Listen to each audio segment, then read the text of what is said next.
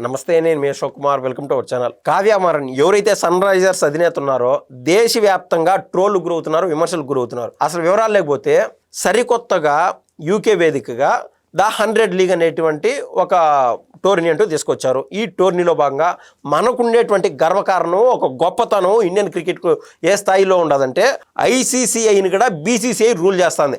ఇక్కడ ఆడేటువంటి ఐపీఎల్ ప్లేయర్లు ఎవరు కూడా 100 లీగులో ఆడరు, అదేవిధంగా పాకిస్తాన్ సూపర్ లీగులో అసలు ఆడరు, కరీబియన్ ప్రీమియర్ లీగ్లో ఆడరు, బంగ్లాదేశ్ ప్రీమియర్ లీగ్లో ఆడరు. వాళ్ళు ఎవరైనా సరే మన దేశానికి సంబంధించిన వాళ్ళు అక్కడ పోయి ఆడితే ఇక్కడ తర్వాత దశలో ఐపీఎల్లో ఆడేదానికి, ఇంటర్నేషనల్ క్రికెట్ స్థాయిలో ఆడేదానికి అవకాశం అంటూ ఉండదు.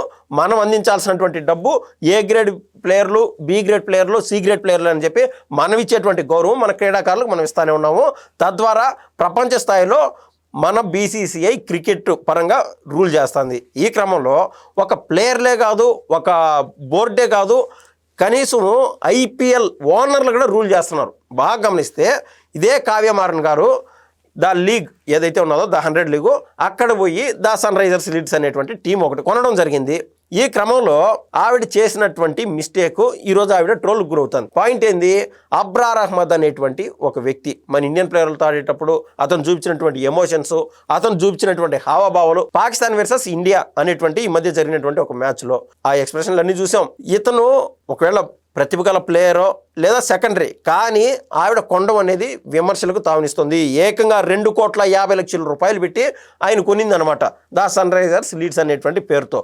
ఇక్కడ నీకు కేవలం డబ్బే ముఖ్యమా, దేశం యొక్క ఎమోషన్ అసలు నీకు పట్టదా అని చెప్పి చాలామంది విమర్శలు చేస్తున్నారు. ఈ క్రమంలో అసలు వాళ్ళు గుర్తు చేస్తుంది ఏంది, పహల్గాం వేదికగా ఆ రోజున పాకిస్తాన్ వాళ్ళు మేము కాల్చాం, మీరు ఎవరు చెప్పుకుంటారో చెప్పుకోండి అని చెప్పి వాళ్ళు చేసినటువంటి తీరు మనం గమనించాము. తద్వారా మనం వాళ్ళకి కుక్క కాటుకు చెప్పుదెబ్బ అని చెప్పి మనం వాళ్ళకి సరైన రీతిలో బుద్ధి చెప్పినాం. కానీ ఏడ 2,50,00,000 రూపాయలు ఆయన డబ్బులు వసం చేసుకున్నాడు అనమాట, కావ్య మారన్ ఇచ్చారు.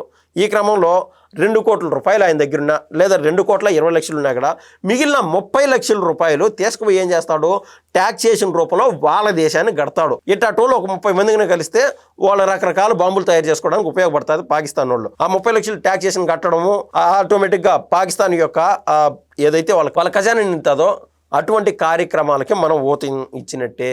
రెండోది ఏంటంటే మనం ఇదే అబ్రార్ అహ్మద్, ఉస్మాన్ తారిక్ని కూడా వాళ్ళ టీంలో పెట్టుకోవాలంటున్నారంట. ఎవరైతే డానియల్ వెటోరీ ఉన్నారో, ఏది వాళ్ళ కోచ్గా పనిచేసేటువంటి వ్యక్తి.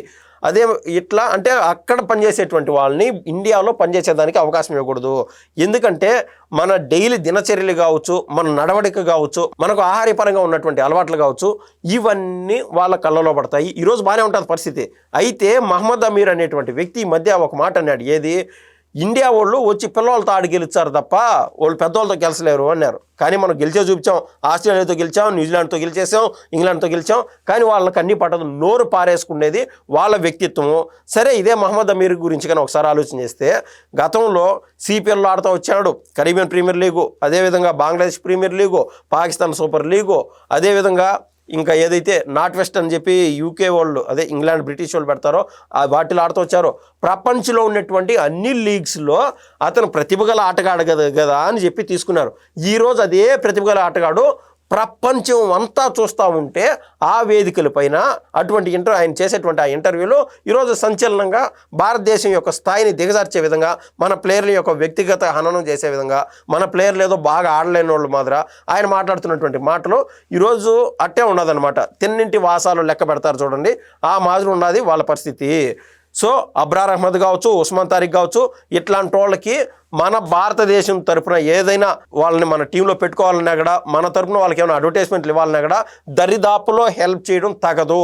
ఎందుకంటే వాళ్ళు మీరు అన్నట్టు ఏమైనా ప్రతిభ ఆటగాళ్ళు అయితే వేరే టీమ్స్లో ఆడుకుంటారు, వేరే ఇంటర్నేషనల్ స్థాయిలోకి పోయి వేరే దేశాలకు ఆడుకుంటారు. మనమైతే అవకాశం ఇవ్వకుండా ఉంటే బాగుంటుంది, మన ఎమోషన్ గౌరవించిన వాళ్ళు అవుతాము, మిగిలినది వాళ్ళ కర్మకు వదిలేద్దామని చెప్పేది నా భావన. ధన్యవాదాలండి.